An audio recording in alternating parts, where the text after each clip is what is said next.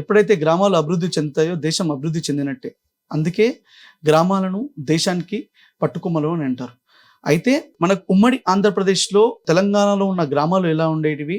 తెలంగాణ సాధించుకున్న తర్వాత తెలంగాణలో ఉన్న దాదాపు 12,751 గ్రామాల ఆర్థిక పరిస్థితి, అంటే గ్రామ పంచాయతీలు ఎలా ఉన్నాయి? ఆ గ్రామాల సర్పంచుల ఆర్థిక స్థితిగతులు ఎలా ఉన్నాయి? ప్రజలతో పంచుకోవడానికి, ప్రజలకు తెలియజేయడానికి మనతో పాటు రాష్ట్ర సర్పంచుల సంక్షేమ సంఘం ప్రధాన కార్యదర్శి ప్రణీల్ చందర్ మనతో ఉన్నారు. వారిని అడిగి మరిన్ని విషయాలు తెలుసుకుందాం.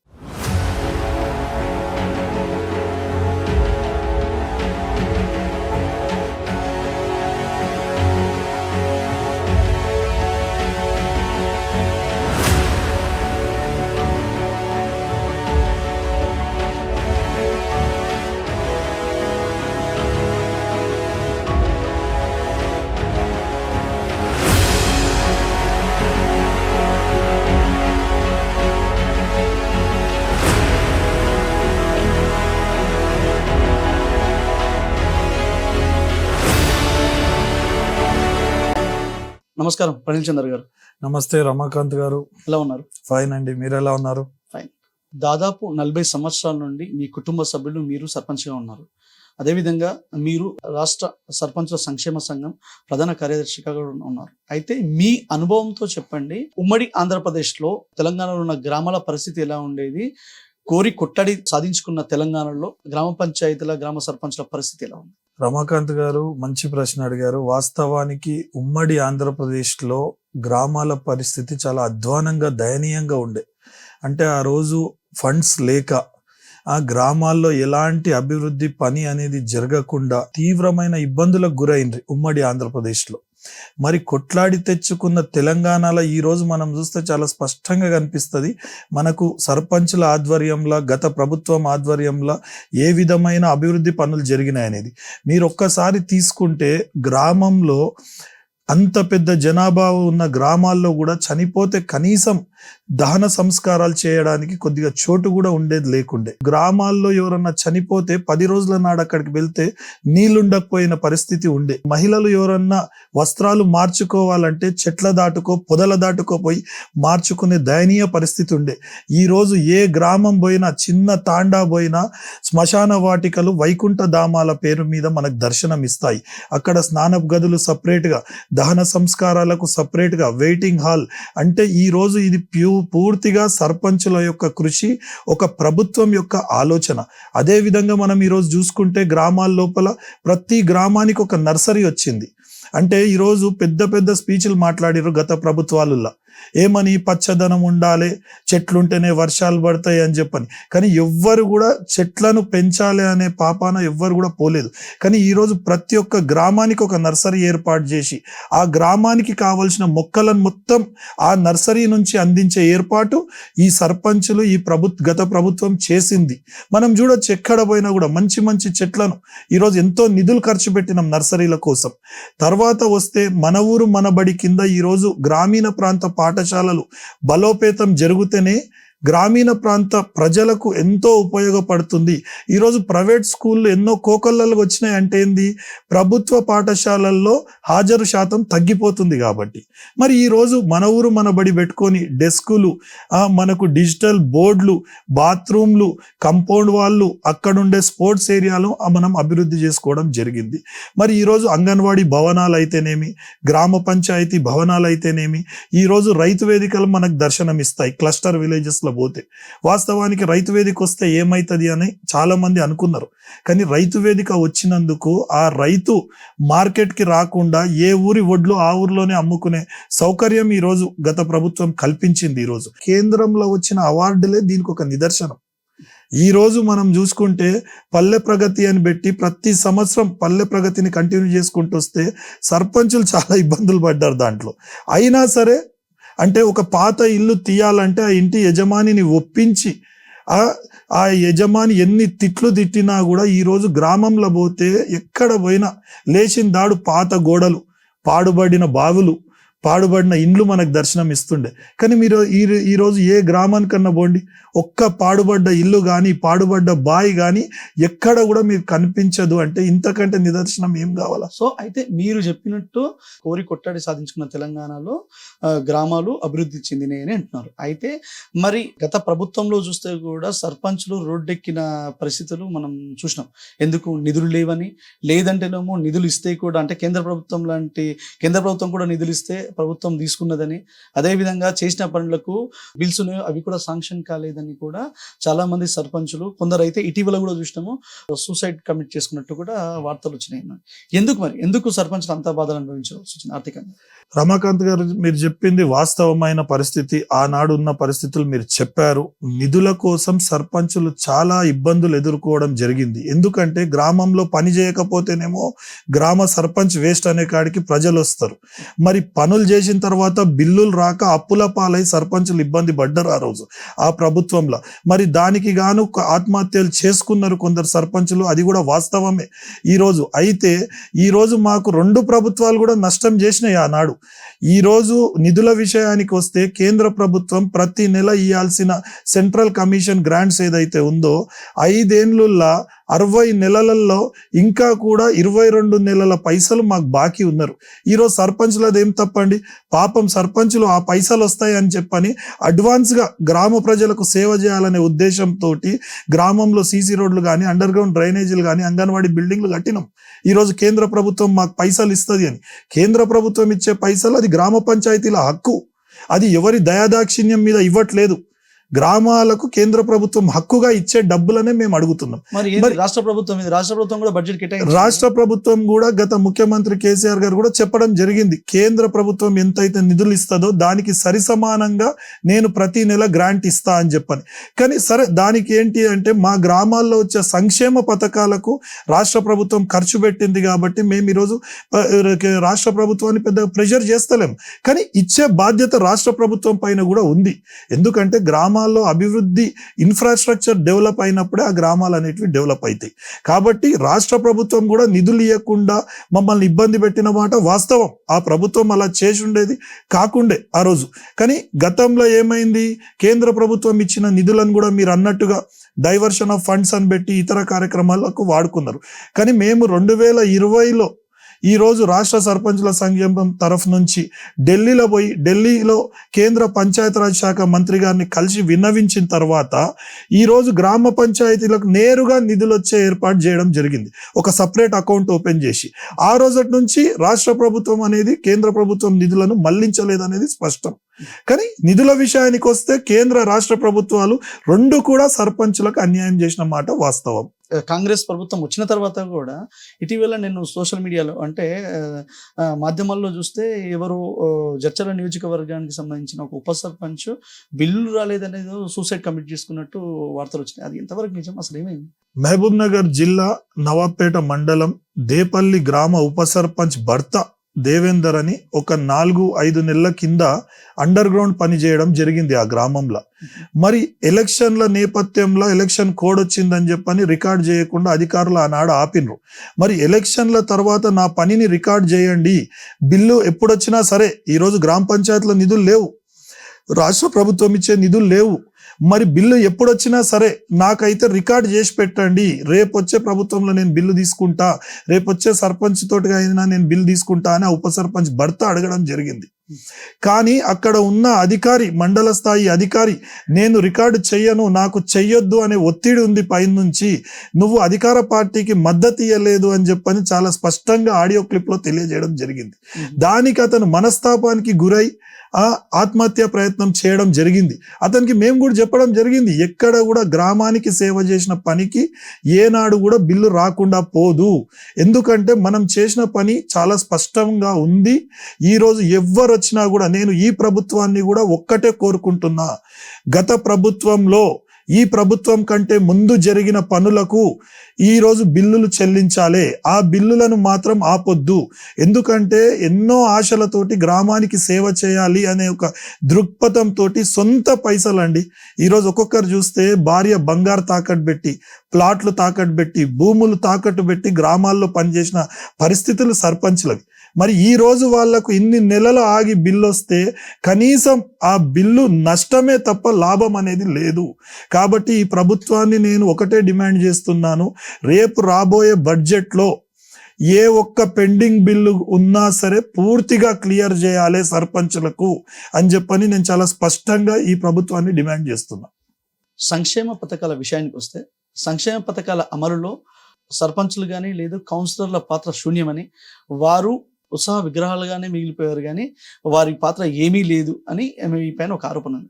దానికి మీరేమంటారు? వాస్తవం చెప్పాలంటే ఏ సంక్షేమ పథకాలలో కూడా గ్రామ పంచాయతీ పాత్ర లేకపోవడం అనేది దురదృష్టకరం. ఈ రోజు మేమేదో తెల్ల షర్ట్లు వేసుకొని లీడర్లుగా బయటికి గంభీరంగా తిరిగినాం తప్ప అక్కడ మేము నేరుగా గ్రామ పంచాయతీ నుంచి గ్రామస్తులకు ఇచ్చిన సంక్షేమ పథకాలు ఇవి కూడా లేవు. ఏ సంక్షేమ పథకం వచ్చినా ఆన్లైన్. ఈరోజు చెప్పుకుంటే సిగ్గుచేటు, ఒక మీ సేవ ఆపరేటర్కి పెట్టిన నమస్తేలు కూడా గ్రామ సర్పంచ్లకు కానీ గ్రామ పాలకవర్గాన్ని గౌరవించే పరిస్థితి లేదంటే ఎంత దౌర్భాగ్యమైన పరిస్థితిలో ఉన్నారు అనేది చూడాలి. ఈ రోజు ఎప్పుడైతే గ్రామ పంచాయతీల ద్వారా సంక్షేమ పథకాలు గ్రామాలకు అందుతాయో ఆ రోజు గ్రామస్తులకు జవాబుదారీతనం అనేది పెరుగుతుంది. గ్రామ పంచాయతీ ఏదైనా ఒక ఆదేశం ఇస్తే ఆ ఆదేశాన్ని పాటిస్తారు. అంటే చెట్లు పెంచుకోమంటే స్వచ్ఛందంగా చెట్లు పెంచుకుంటారు, టాయిలెట్స్ కట్టుకోమంటే టాయిలెట్స్ కట్టుకుంటారు. కానీ ఈరోజు సంక్షేమ పథకాలు గ్రామ పంచాయతీలకు ద్వారా పోనందుకు ఏమైందంటే గ్రామస్తులకు గ్రామ పంచాయతీలకు కనెక్షన్ అనేది కట్ అయిపోయింది. అక్కడ కేవలం సర్పంచ్లం మీరు అన్నట్టు ఉత్సవ విగ్రహాల్లాగానే మిగిలిపోయినాం. గ్రామాల్లో పోవాలా, ఏదో భార్య భర్తల పంచాయతీ దెంపుకోవాలా, మళ్ళా రావాలి. ఈ 5 ఏళ్ల కాలంలో గ్రామస్తులకు గ్రామ పంచాయతీల నుంచి అందిన సంక్షేమ పథకాలు జీరో. అయితే ఇప్పుడు డబుల్ బెడ్రూమ్లు ఇవ్వాలనుకున్న ఒక ఎమ్మెల్యే గ్రామంలో ఉన్న వ్యక్తులకు ఎవరికైనా అంటే లబ్ధిదారులకు డబుల్ బెడ్రూమ్ ఇవ్వాలంటున్నా లేకపోతే కళ్యాణ లక్ష్మి ఇవ్వాలన్నా ఏమి ఇవ్వాలన్నా సర్పంచులతో మాట్లాడి వాళ్ళు ఇచ్చిన లిస్టు ప్రకారమే కదా ఇచ్చేది. అట్లా జరగలేదు. అధికారుల ప్రమేయం ఎక్కువైపోయిన తర్వాత ఏమైపోయిందంటే ప్రజాప్రతినిధుల పాత్ర తక్కువైపోయింది. ఈ మాట అనడానికి కూడా మాకు సిగ్గుచేటుగా ఉంది. వాస్తవానికి ఈ రోజు ఎంఆర్ఓ ఆఫీస్ వాళ్ళు వచ్చి లబ్ధిదారులను ఎంపిక చేస్తాము అని అంటారు. కానీ లబ్ధిదారుల ఎంపిక అనేది గ్రామ సభ ద్వారా జరగాలి. ఈ రోజు మేము ఉండి ఏం లాభం అండి? ఈరోజు సర్పంచులు కానివ్వండి, ఉప సర్పంచ్, వార్డు మెంబర్లు ఉండి ఏం లాభం? ఈరోజు గ్రామ సభల లబ్ధిదారుడు అర్హుడా కాదా అనేది నిర్ణయించాల్సింది గ్రామ సభ. కానీ అధికారుల ప్రమేయం ఎక్కువ చేసి ఈరోజు గ్రామీణ స్థాయి ప్రజాప్రతినిధులను మొత్తం ఈరోజు చులకన చేసిండ్రు. ఈరోజు మీరు ఏ అధికారి దగ్గరకు పోయినా అదేందో విచిత్రం, మాకు కూడా అర్థం కాదు. ఈరోజు గత 2019లో ఎన్నికైన సర్పంచ్లను చూస్తే డాక్టర్లు ఉన్నారు, ఇంజనీర్లు ఉన్నారు, ఈరోజు ఎంబీఏ చేసిన గ్రాడ్యుయేట్లు ఉన్నారు. అంటే ఊరికి ఏదో సేవ చేయాలని చెప్పని వచ్చిన సంకల్పంతో వచ్చిన వాళ్ళు చాలా మంది ఉన్నారు. కానీ నేను ఒక సర్పంచ్ అని పోయి ఎంఆర్ఓ దగ్గర నిలబడితే కనీసం కూర్చో అనే పరిస్థితి లేదు. అరే డైరెక్ట్ ఐఏఎస్, డైరెక్ట్ ఐపీఎస్లు వస్తే మేము సంతోషపడే వాళ్ళం. అంటే కనీసం మా బాధలు వింటారు, మా గోడు వింటారు అని చెప్పని. కానీ వాళ్ళు కూడా ఒక కలెక్టరేట్ పోతే, ఒక కలెక్టర్ గారి ముందర నిలబడితే కూడా కనీసం ఒక గ్రామ సర్పంచ్ ఒక 5,000 జనాభాకు, ఒక 2,000 జనాభాకు ఒక ప్రతినిధి వచ్చిండు, ఆ గ్రామ అవసరాల పైన ప్రశ్నించడానికి వచ్చిండు అనేది కూడా ఎవరు చూస్తలేరు. ఎప్పుడు ఈ సర్పంచ్ వెళ్ళిపోతాడా, ఎప్పుడు ఏమడుగుతాడు సర్పంచ్ అనేటట్టుంది. కానీ కూర్చోండి, మీరు వచ్చిండ్రు మీ గ్రామానికి. మరి ఎమ్మెల్యేలనేమో నెత్తిన పెట్టుకొని ఊరేగుతారు ఈరోజు వీళ్ళందరూ అధికారులు. మరి అదే ఎమ్మెల్యే ఒక 2 లక్షల మందికి ప్రతినిధి అయినప్పుడు, ఒక గ్రామ సర్పంచ్ 5,000 మందికి ప్రతినిధి అయినప్పుడు ఎమ్మెల్యేకి ఇచ్చిన గౌరవంలో ఒక 20% ఆ గ్రామ సర్పంచ్కి గౌరవం ఇస్తే ఏమవుతుంది అని చెప్పని అడుగుతున్నా నేను. ఈరోజు గ్రామ సర్పంచులు మంచిగా పనిచేస్తే ఈరోజు ఎంఆర్ఓ ఆఫీస్కి ఎలాంటి పని ఉండదు, పోలీస్ స్టేషన్కి ఎలాంటి పని ఉండదు, ఈరోజు లాయర్లకు ఎలాంటి పని ఉండదు. ఎన్నో ప్రభుత్వ శాఖల యొక్క పనిని ఈరోజు సర్పంచులు తగ్గిస్తున్నారు. ఎందుకంటే గ్రామంలో ఉదయం లేస్తే ఏదో ఒక పంచాయతీ, అక్కడ ఒక ఎఫిషియంట్ నాయకత్వం లేకపోతే ఏమవుతుందంటే ఎప్పుడైతే ఒక పంచాయతీ ఊరు దాటుతుందో ఆ రోజు అందరూ కూడా ఇబ్బంది పడే పరిస్థితి ఉంటుంది. కానీ ఒక ఎఫిషియంట్ నాయకత్వాన్ని ఎందుకు ఎంకరేజ్ చేస్తలేరు ఈ అధికారులు? ఈరోజు ప్రభుత్వాలు కూడా అధికారులకు పెత్తనం ఇచ్చి ఈరోజు ప్రజాప్రతినిధుల స్థాయిని తగ్గిస్తున్నాయి. వాస్తవానికి నేను ఒక్కటి అడగదలుచుకున్న ప్రభుత్వాలను, గ్రామీణ స్థాయిలో ఎన్నో ఆశలతోటి ఈరోజు ప్రజాప్రతినిధులను ఎన్నుకుంటారు, సర్పంచ్లను అనుకోండి, ఎంపీటీసీ. ఎందుకంటే ఆ గ్రామానికి వచ్చే వాటిని ప్రశ్నించే విధంగా మా సర్పంచ్ ఉండాలి అని చెప్పండి. మరి సర్పంచులు ఎంపీటీసీలు కలెక్టర్ని కూడా ప్రశ్నించే తత్వం వస్తేనే ఆ రోజు నిజంగా గ్రామ స్వరాజ్యం అనేది ఏర్పడుతుంది. అంతేగాని సర్పంచులు చేతులు కట్టుకొని ఎంపీటీసీలు చేతులు కట్టుకొని జీ హుజూర్ అన్నంత మాత్రాన పరిస్థితులు మారవు. అవును. ఇంకోటి, ఖచ్చితంగా సర్పంచులు ప్రజల చేత ఎన్నుకోబడ్డ ప్రజాప్రతినిధులు. డెఫినెట్ గా అధికారులను మీరు ప్రశ్నించాలి. అధికారుల ముందు మీరు చేతులు కట్టుకునే పరిస్థితి ఎప్పుడూ రాకూడదు. అదైతే వాస్తవం. ఈ రోజు 2018 పంచాయతీరాజ్ చట్టంలో ఒక బ్యూరోక్రాట్, ఒక కలెక్టర్ ప్రజాప్రతినిధిని సస్పెండ్ చేసే అధికారం ఇచ్చింది అంటేనే మనం అర్థం చేసుకోవాలి. ఈరోజు కలెక్టర్లకు అంత పవర్ ఇవ్వాల్సిన అవసరం ఏముంది? గత ప్రభుత్వాల్లో కూడా సర్పంచ్ని ఏమైనా ఆర్థిక నేరాలకు పాల్పడితే సస్పెండ్ చేసేది ఉండే. కానీ ఈ రోజు వ్యక్తిగత కక్షలు ఎమ్మెల్యేలు తీర్చుకోవడానికి, వ్యక్తిగతంగా సర్పంచులను ఇబ్బంది పెట్టడానికి మాత్రమే ఈ రోజు కలెక్టర్లకు అధికారం ఇచ్చిండ్రు. ఇది ఎప్పటి నుండి అమల్లోకి వచ్చింది అంటే కలెక్టర్లు సర్పంచ్లను సస్పెండ్ చేయొచ్చు అని ఈ చట్టం ఎప్పటి నుండి అమల్లోకి 2019 నుంచి ఈ చట్టం అమల్లోకి వచ్చింది. 2018 పంచాయతీరాజ్ చట్టం అని చెప్పని చేయడం జరిగింది. దాన్ని కూడా మేము తీవ్ర స్థాయిలో అపోజ్ చేయడం జరిగింది. ఇదే మహబూబ్ నగర్ జిల్లా జడ్చర్లలో 2400 మంది సర్పంచ్లతోటి ఒక రోజు ధర్నా కార్యక్రమం ఏర్పాటు చేసి ప్రభుత్వాన్ని ఆనాడు కూడా హెచ్చరించడం జరిగింది. 2018 చట్టంలో సర్పంచులను ఇబ్బంది పెట్టే అంశాలు ఉన్నాయి. ఈ రోజు ఆ అంశాలను మొత్తం తొలగించాలి.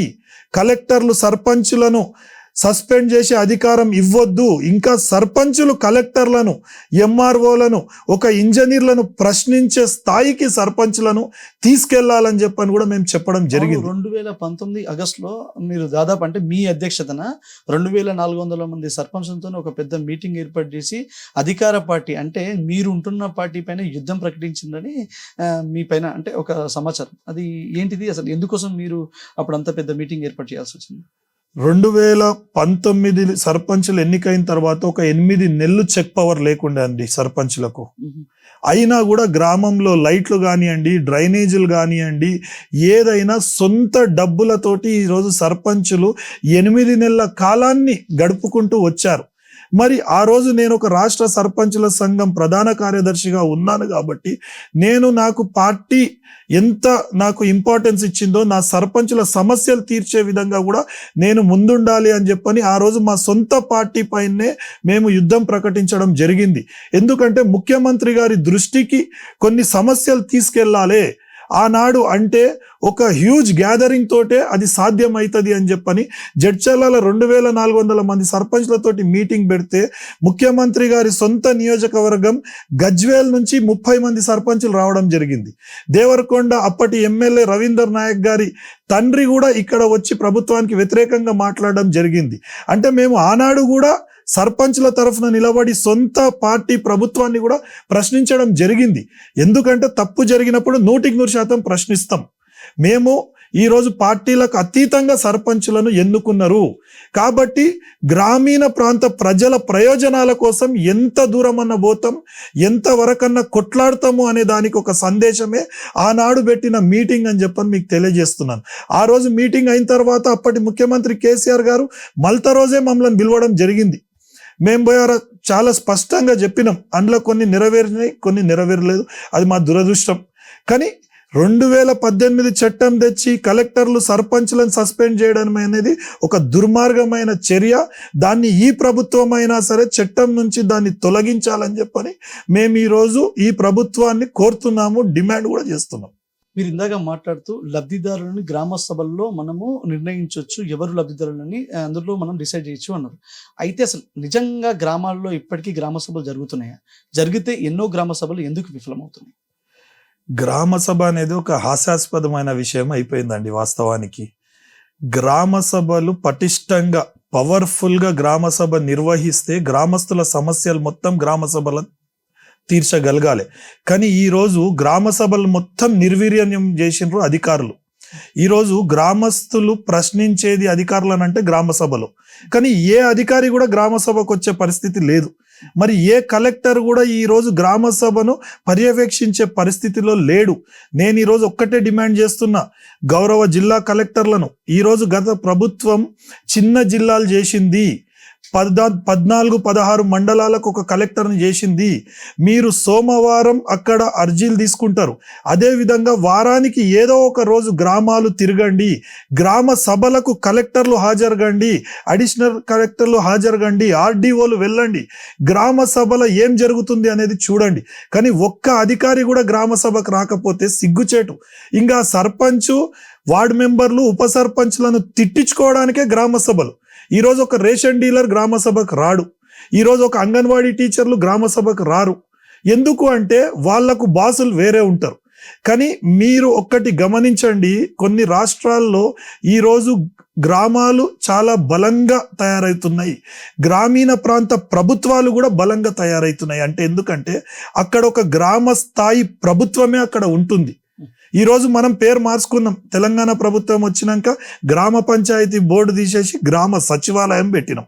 మరి గ్రామ సచివాలయం పెట్టినప్పుడు గ్రామానికి సంబంధించిన అధికారులు మొత్తం గ్రామ సచివాలయానికి రావాలన్నా రావద్దా?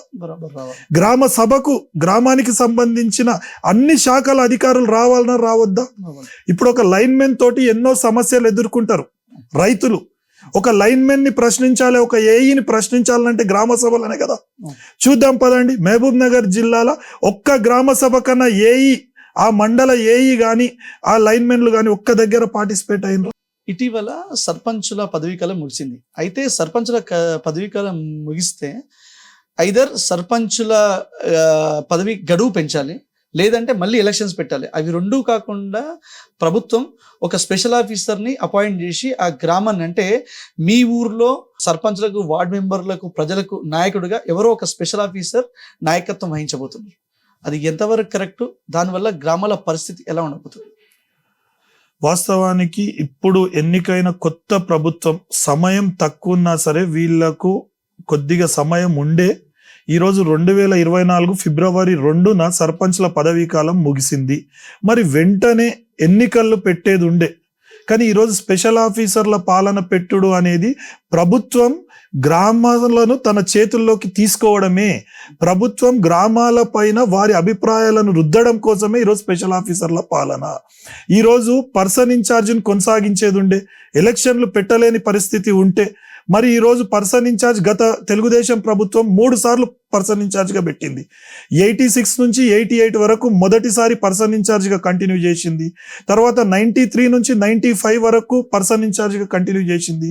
2000 సంవత్సరం నుంచి 2001 వరకు పర్సన్ ఇన్ఛార్జ్గా చేసింది. ఎందుకంటే గ్రామస్తులు ఈరోజు ఆ గ్రామం వ్యక్తిని ఏ స్థాయి కన్నా వెళ్ళి ప్రశ్నించే హక్కు ఉంటుంది వాళ్ళకు. కానీ ఒక అధికారిని ఏ విధంగా ప్రశ్నిస్తారండి? ఆ గ్రామానికి ఏం కావాలనేది అధికారి ఏ విధంగా నిర్ణయిస్తాడు? ఈరోజు ప్రజాప్రతినిధులను కాదని అధికారుల పాలన కొనసాగించడం అంటే ప్యూర్గా ప్రభుత్వం యొక్క నిర్ణయాలను ఆ గ్రామాల పైన రుద్దడమే. లేదంటే వెంటనే ఇప్పటికైనా సరే ఎన్నికలకు వెళ్ళండి, లేదంటే పర్సన్ ఇన్ఛార్జ్గా కొనసాగించండి. ఆ గ్రామాలకు ఏం కావాలనో ఆ పర్సన్ ఇన్ఛార్జీలుగా గతంలో పనిచేసిన సర్పంచ్లకు ఒక అవగాహన ఉంటుంది. కానీ ఏమి అవగాహన లేనోళ్లను ఈరోజు మీరిచ్చిన అధికారులు కూడా ఈ బరువు మా పైన ఎందుకు పెడుతున్నారని ఆలోచన చేస్తున్నారు. ఈరోజు ఒక అధికారి కూర్చుంటారు, మీరు ఏ విధంగా పని నడిపిస్తారు? ఒక 2 లక్షల రూపాయల పని కావాలంటే అధికార పార్టీ నాయకుడు వెళ్ళి నేను చేస్తా అంటాడు. మొన్న దిగిపోయిన ఫ్రెష్ తాజా మాజీ సర్పంచ్ వచ్చి నేను చేస్తా అంటాడు. అంటే అధికారి ఆ పనిని ఎవరికి ఇవ్వాలా? ఈరోజు రేపు లబ్ధిదారుల ఎంపిక ఉంటుంది. అంటే ఎమ్మెల్యే గారు ఏ లిస్టు పంపిస్తే స్పెషల్ ఆఫీసర్ ఆ లిస్టు ఓకే చేస్తాడు. మరి గ్రామంలో పర్యటించి ఈయన పేదవాడు కాదా, ఈ మహిళ నిజమైన లబ్ధిదారుడా కాదా అనేది ఎవరు ఎన్నుకోవాలి? అంటే ఇది పూర్తిగా కూడా తప్పుడు నిర్ణయం. ఖచ్చితంగా స్పెషల్ ఆఫీసర్ నిర్ణయం అనేది విరమించుకోవాలి. పెడితేనేమో వెంటనే గ్రామాలకు ఎన్నికలు నిర్వహించాలి, లేదంటే సర్పంచులను పర్సన్ ఇన్ఛార్జ్గా కొనసాగించాలి. క్షేత్రస్థాయిలో ప్రజలకు సేవ చేసే ఉద్దేశంతో సర్పంచ్ అనేది ఒక గౌరవంగా భావించి చదువుకున్న వాళ్ళు, అంటే ఎంబీఏలు, ఎంసీఏలు, ఇంజనీరింగ్లు, ఎంబీబీఎస్ చేసిన వాళ్ళు సర్పంచ్కి పోటీ చేసి సర్పంచ్గా గెలిచారు. అయితే మనం అంటే మీరు చెప్పే విధానం బట్టి చూస్తే సర్పంచులకు అధికారుల నుండి కానీ పెద్ద నాయకుల నుండి కానీ గౌరవం దక్కలేదని అర్థమవుతుంది. సో ఇప్పుడు రాబోయే కాలంలో అలాంటి వారు, అంటే చదువుకున్న యువకులు కానీ చదువుకున్న వాళ్ళు మళ్ళీ సర్పంచ్కు పోటీ చేసే పరిస్థితులు ఉన్నాయా? గత ప్రభుత్వంలో చూసుకుంటే 2019లో ఎన్నికైన సర్పంచుల్లో చూసుకుంటే 80% మంది సర్పంచులు గ్రాడ్యుయేషన్ కంప్లీట్ చేసిన వాళ్ళు ఉన్నారండి. కానీ ఈ రోజు వాళ్ళు పోటీ చేయడానికి అనాసక్తి చూపిస్తున్నారు. వాళ్ళని చూసి ఈరోజు చదువుకున్న వాళ్ళు రాజకీయాలకు రావాలంటే కూడా ఈ రోజు ఆలోచన చేసే పరిస్థితి ఉంది. ఎందుకంటే గ్రామ సర్పంచులను కానివ్వండి, గ్రామ పంచాయతీలు స్వతంత్రంగా పనిచేసే విధంగా ప్రోత్సహించాలి. కానీ ఈరోజు అధికారులు కూడా ప్రతి ఒక్క అధికారి గ్రామీణ ప్రాంతం నుంచి వచ్చిన వాళ్ళే. కానీ ఒక సర్పంచ్ వచ్చి బయట నిలబడ్డాడు, సర్పంచ్ ఒక సమయం అడుగుతున్నాడు అంటే గంటల తరబడి బయట నిలబడేపిచ్చే పరిస్థితి ఉంది ఈరోజు. ఎందుకు ఆ పరిస్థితి అంటున్నా, ఒక సర్పంచ్ ఈరోజు చదువుకున్న వాళ్ళు ముందరికి రాకపోవడానికి ఇది ఒక ప్రధానమైన కారణం. ఈరోజు తన పనులు మొత్తం వదిలిపెట్టుకొని గ్రామ అవసరాల కోసం, గ్రామ ప్రజలకు ఎక్కడన్నా సంక్షేమ పథకాల్లో ఇబ్బంది జరిగితే దాని గురించి గ్రామస్తులను తీసుకొని ఒక అధికారి కార్యాలయానికి వెళ్తాం.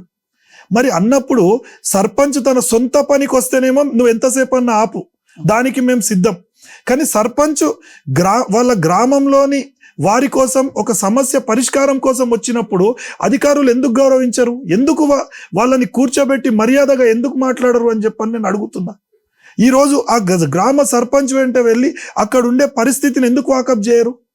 ఈరోజు చెప్పుకుంటే సిగ్గుచేటండి. ప్రభుత్వాలు మారిందాడే అధికారులు మొత్తం మారిపోతున్నారు. ఎందుకు? ఈరోజు మంచి మంచి ఆఫీసర్లు ఉన్నారు. ఈరోజు స్ట్రిక్ట్ గా నిలబడి పనిచేసిన ఆఫీసర్లను ప్రజలు చిరస్థాయిగా గుర్తుపెట్టుకుంటారు. ఈరోజు కొందరు పోలీస్ అధికారులు ఉన్నారు. ఈరోజు కొన్ని తప్పుడు కేసులలో సర్పంచులను ఇరికిస్తున్నారు, మాజీ సర్పంచులను. అది ఎంతవరకు న్యాయం అని చెప్పని నేను అడుగుతున్నా. ఒక్కసారి వాళ్ళ కుటుంబాలు ఏమైతాయి? 5 ఏళ్ళు గ్రామం కోసం పనిచేసినప్పుడు ఏవో కేసులు పెట్టి వాళ్ళని అందులో ఇబ్బంది పాలకు గురి చేయడం అనేది ఈరోజు ఏ విధంగా కరెక్ట్ అని చెప్పని నేను అడుగుతున్నా. ఈరోజు ఈ ప్రభుత్వం చాలా గొప్పగా చెప్పింది, ఈరోజు పోలీసుల పోస్టింగ్లలో ప్రమేయం ఉండదు లీడర్ల.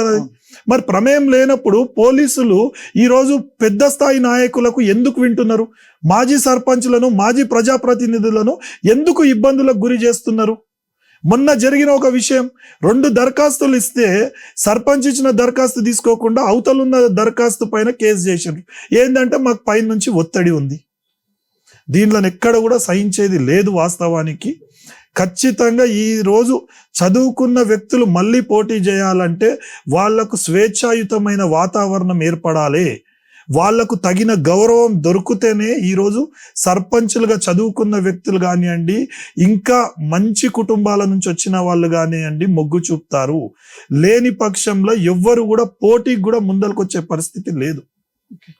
అయితే చివరగా అండి, ఇప్పుడు తెలంగాణలో గ్రామాలు ఆర్థికంగా బలపడాలన్నా, అభివృద్ధి చెందాలన్నా మీరు రాష్ట్ర సర్పంచుల సంక్షేమ సంఘం ప్రధాన కార్యదర్శిగా కొత్తగా కొలువుదీరిన కాంగ్రెస్ ప్రభుత్వానికి మీరు ఎలాంటి సలహాలు, సూచనలు ఇవ్వాలనుకుంటున్నారు?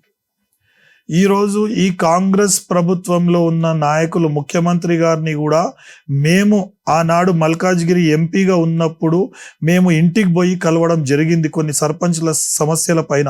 ఆనాడు ముఖ్యమంత్రి రేవంత్ రెడ్డి గారు కూడా మాకు కొన్ని సూచనలు, సలహాలు చేయడం జరిగింది. అంటే మీ యొక్క పోరాటం ఈ విధంగా ఉంటే బాగుంటది అని చెప్పని. ఈరోజు మంత్రులుగా ఉన్న వాళ్ళు కూడా ఆనాడు కొందరు సర్పంచుల సమస్యల పైన అసెంబ్లీలో లేవనెత్తడం జరిగింది, బయట సర్పంచుల సమస్యల పైన మాట్లాడడం జరిగింది. అన్నప్పుడు వారి పైన ఈరోజు ఇంకా బాధ్యత ఎక్కువ ఉంది. సర్పంచులను, ఉప సర్పంచులను, గ్రామ పంచాయతీ పాలక వర్గాలు ఏ విధంగా ఉండాలి అనేది ఒక కార్యాచరణ మీరు రూపొందించాలి. గత ప్రభుత్వంలో ఉన్న లోటుపాట్లను మొత్తం సరి చేసుకుంటూ రావాలి. ఈరోజు గ్రామ సభలు ఈరోజు ప్రతిష్టాత్మకంగా నిర్వహించాల్సిన బాధ్యత ప్రభుత్వం పైన ఉంది.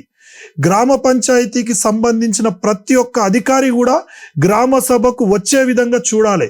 గ్రామ సభకు ఆ గ్రామానికి సంబంధించిన అధికారి రాకపోతే వెంటనే అతన్ని మెమో కానివ్వండి, అతన్ని సస్పెండ్ చేసే చర్య కానీ ఉండాలి. ఆనాడు గ్రామానికి సంబంధించిన ఏ పనైనా సవ్యంగా జరుగుతుంది. ఈరోజు ఒక అంగన్వాడీల పని జరగాలి అంటే అంగన్వాడీ వాళ్ళు వచ్చి అక్కడ జవాబుదారీగా ఉండాలి. ఒక డీలర్ షాప్లో ఏదైనా ఇబ్బంది జరిగిందంటే అక్కడ రెడీగా ఉండాలి. ఈరోజు రెవెన్యూ ఆఫీసర్ కానీ అక్కడ సిద్ధంగా ఉండాలి. ఈరోజు గ్రామంలో ఈరోజు నేను చెప్తున్నానండి, ఈరోజు ఈ ప్రభుత్వం పైన ఎన్నో ఆశలు ఉన్నాయి. ప్రజలు ఈరోజు మార్పు కావాలని చెప్పని ఈ ప్రభుత్వానికి పట్టం కట్టినరు. కానీ ఇప్పుడు వెంటనే ఈ బడ్జెట్ల ఇప్పుడు ఉన్న 800 కోట్ల రూపాయల సర్పంచుల బిల్లులను వెంటనే ఈ బడ్జెట్లో చెల్లించాలి. 1,00,000 పైన కోట్లు పెట్టి మీరు బడ్జెట్ని ప్రవేశపెడుతున్నారు ఈసారి. మరి అన్నప్పుడు 800 కోట్లు ఒక లెక్కన ఈ ప్రభుత్వానికి అని చెప్పని నేను అడుగుతున్నా. మీరు మాజీ సర్పంచ్ల పైన ఒక సానుకూలమైన దృక్పథం ఉంటే, మాజీ సర్పంచ్ల పైన మీకు ఎక్కడన్నా ఒక సాఫ్ట్ కార్నర్ ఉంటే వెంటనే వాళ్ళ బిల్లులు చెల్లించండి. 6 నెలల నుంచి బిల్లులు లేక చాలా ఇబ్బందులకు గురవుతున్నాం. ఈరోజు కేంద్ర ప్రభుత్వం ఎన్ఆర్ఈజీఎస్ ద్వారా కొన్ని పనులు ఇచ్చింది. మరి దాంట్లో 15% సోషల్ ఆడిట్ కానివ్వండి, ఈరోజు నేమ్ ప్లేట్ అనే ఒక దాంతోటి క్వాలిటీ కంట్రోల్ చెక్ తోటి 15% పైసలను ఈరోజు ఎన్ఆర్ఈజీఎస్లో ఆపడం జరిగింది. మరి ఆ 15%ను కూడా ఈరోజు కేంద్ర ప్రభుత్వాన్ని కూడా నేను ఈరోజు డిమాండ్ చేస్తున్నా. ఆ 15% ఆపిన నిధులను కూడా వెంటనే రిలీజ్ చేయాలి. ఎన్ని రోజులని ఆ 15% పైసల కోసం తిరిగి అలసిపోవాలా? ఈరోజు మండల నిధులతోటైనా సరే గ్రామ పంచాయతీలకు చెల్లించాలి. ఇంకోటి, ఈ ప్రభుత్వం ఈసారి ప్రతి నెల గ్రామ పంచాయతీలకు ఎంత బడ్జెట్ కేటాయిస్తుంది అనేది స్పష్టంగా చెప్పాలి. ఈరోజు ఎన్ని కార్యక్రమాలు ఉన్నా సరే గ్రామ పంచాయతీలకు వచ్చే నిధులను మాత్రం ఆపొద్దు. గ్రామ పంచాయతీకి వచ్చే ఏ సంక్షేమ కార్యక్రమం అయినా సరే గ్రామ సభ ద్వారానే లబ్ధిదారుని ఎంపిక అనేది జరగాలి. ఈరోజు గ్రామస్తుల్లో జరిగే కొన్ని అన్యాయాలు కానివ్వండి, ఏవి కానివ్వండి, ఒక గ్రామ పంచాయతీ పాలక వర్గం ఒక పోలీస్ స్టేషన్కి పోయిందంటే అక్కడ ఒక తగిన గౌరవం దక్కాలి. అధికారులు కూడా ఈరోజు కలెక్టర్ నుంచి ఎంఆర్ఓ వరకు, ఎస్పీ నుంచి కానిస్టేబుల్ వరకు, ఒక పంచాయతీరాజ్ ఎస్సీ నుంచి కింద ఉండే లైన్ ఇన్స్పెక్టర్ వరకు, కరెంట్ డిపార్ట్మెంట్ కానీ ప్రతి ఒక్క జిల్లా స్థాయి అధికారి కూడా గ్రామీణ ప్రాంత ప్రజాప్రతినిధులు వస్తే వాళ్ళను గౌరవించి ఆ వెంటనే ఆ గ్రామం యొక్క సమస్యలు తీర్చే విధంగా ముందుండాలి. ఈరోజు ప్రభుత్వ స్థలాలు మొత్తం ఆక్రమణలకు గురైనాయి. మరి ప్రభుత్వ స్థలాలను మొత్తం గ్రామీణ ప్రాంతాల్లో ఉండే వాటిని ఒక ల్యాండ్ బ్యాంక్ రూపకంగా ఏర్పాటు చేసి ప్రభుత్వ స్థలాలకు మొత్తం కంచె ఏర్పాటు చేయాలి ఈరోజు వెంటనే. ఎందుకంటే అన్యాక్రాంతం అవుతున్నాయి ప్రభుత్వ స్థలాలు. గత ప్రభుత్వంలో కూడా మేము ప్రశ్నించడం జరిగింది ప్రభుత్వ స్థలాల పైన. ఈరోజు గత ప్రభుత్వం మిషన్ కాకతీయ పని పెట్టి అన్యాక్రాంతానికి గురైన చెరువులను కూడా బాగు చేయడం జరిగింది. ఈరోజు ఎప్పుడైతే స్వతంత్రంగా గ్రామ పంచాయతీ పాలక వర్గం, సర్పంచ్, ఉప సర్పంచ్, వార్డు మెంబర్లు, ఎంపీటీసీ స్వతంత్రంగా ఏ అధికారినన్నా ప్రశ్నించే స్థాయికి వస్తారో ఆ రోజు నిజంగా ఆ గ్రామానికి కావాల్సిన అవసరాలను మొత్తం వాళ్ళే తీర్చుకుంటారు.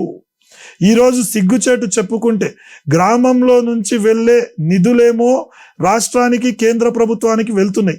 మరి రిటర్న్ గ్రామాలకు వచ్చేటప్పుడు ఏమైతుంది అని చెప్పని మేము అడుగుతున్నాం. ఈరోజు ప్రతి ఒక్క ట్యాక్స్ కలెక్షన్లో తెలంగాణ రాష్ట్రం గ్రామాలు ఆదర్శంగా నిలబడుతున్నాయి. ఈరోజు తెలంగాణ గ్రామాలలో హైయెస్ట్ ట్యాక్స్ కలెక్షన్ ఉన్నందుకు కేంద్ర ప్రభుత్వం అవార్డు ఇచ్చింది. మరి గ్రామీణ ప్రాంత ప్రజలు, గ్రామీణ ప్రాంత ప్రజాప్రతినిధులు వారి కర్తవ్యాన్ని వాళ్ళు నిర్వహిస్తున్నారు, కానీ ప్రభుత్వాలు నిర్వహిస్తలేవు. ఈరోజు కాంగ్రెస్ పార్టీ ప్రభుత్వాన్ని మేము సూటిగా ప్రశ్నిస్తున్నాం. ఈరోజు గ్రామీణ ప్రాంత ప్రజాప్రతినిధులకు స్వేచ్ఛనియండి, వాళ్లకు పని చేయడానికి అధికారులను సహకరించమని చెప్పండి. పార్టీలకు అతీతంగా గ్రామీణ ప్రాంతంలో పనులు జరగాలి. గ్రామీణ ప్రాంతాల నుంచి ఎదిగే నాయకులు ఎవరన్నా ఉంటే వారిపైన కక్ష సాధింపు చర్యలు చేయకూడదు. ఈరోజు గ్రామాలందరూ కూడా గ్రామ నాయకునికి వెన్నుదన్నుగా ఉంటాయి.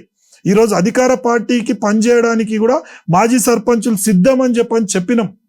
ఎందుకంటే అధికార పార్టీ యొక్క ఉద్దేశాన్ని ప్రజల్లోకి, కానీ వారు స్వీకరించలేదు. సరే, దానికి కూడా మేమేం బాధపడతలేము, అది మీ యొక్క పార్టీ నిర్ణయం కావచ్చు. ఈరోజు 12,751 మంది సర్పంచులను మీరు తిరస్కరించిండ్రు అంటే సర్పంచుల పైన మీ అభిప్రాయం ఎలా ఉంది అనేది కూడా మేము గమనించగలుగుతాం. కానీ ఈరోజు ఒక పంచాయతీరాజ్ శాఖ మంత్రి సీతక్క గారు ఉన్నారు, పూర్తిగా వెనుకబడ్డ ప్రాంతం, గ్రామీణ ప్రాంతం నుంచి వచ్చిండ్రు. చాలా సంతోషం, వారికి కూడా మేము ధన్యవాదాలు తెలియజేస్తున్నాం. కానీ ఈరోజు మరి ఏ విధంగా గ్రామీణ ప్రాంతం యొక్క ప్రజల బాగోగుల గురించి ఏ విధంగా ఆలోచన చేస్తారు? ఈరోజు చాలా పనులు పెండింగ్లో ఉన్నాయి, వాటికి వెంటనే బిల్లులను మంజూరు చేయాలి. ఈరోజు గ్రామీణ ప్రాంతంలో వెల్నెస్ సెంటర్లు, ఆసుపత్రుల నిర్మాణం కావాలి.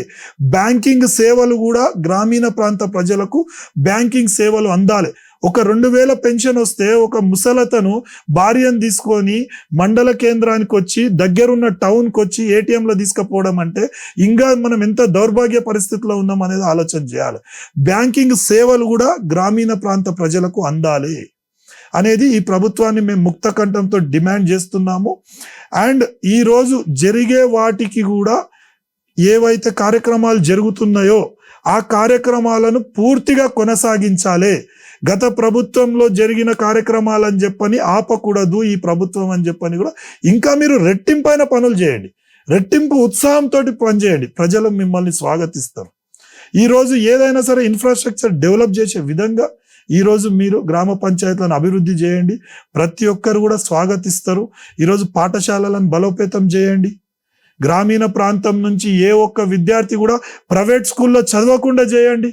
అది చాలా గొప్ప నిర్ణయం అవుతుంది. ఈరోజు సర్పంచుల సంక్షేమ సంఘం రాష్ట్ర ప్రధాన కార్యదర్శి ప్రణీల్ చందర్ ఏం చెప్తున్నారంటే, ఏవైతే ఇప్పుడు కొత్తగా కలుగుదీరిన కాంగ్రెస్ ప్రభుత్వం ప్రతి సంక్షేమ పథకం లబ్ధిదారులకు అందాలని, అదే విధంగా పార్టీలకు అతీతంగా గ్రామాలను ఆదుకోవాలని, ఇంతవరకు వాళ్ళు గ్రామాలను అభివృద్ధి చెందించే ఉద్దేశంతో వాళ్ళ సొంత నిధులతో గ్రామాలకు ఎన్నో అభివృద్ధి కార్యక్రమాలు చేపట్టారని, వాటిని ప్రభుత్వం ఆ నిధులను త్వరగా విడుదల చేయాలని, గ్రామాలలో అధికారులు సర్పంచులకు కానీ అక్కడ ఉన్న ప్రజాప్రతినిధులకు సాయం చేసే విధంగా ఉండాలి, కానీ వారు అధికారం దుర్వినియోగం చేసి హుకుం చేసే విధంగా ఉండకూడదని, కక్ష సాధింపు చర్యలు చేపట్టకూడదని వారు కాంగ్రెస్ ప్రభుత్వాన్ని కోరుతున్నారు.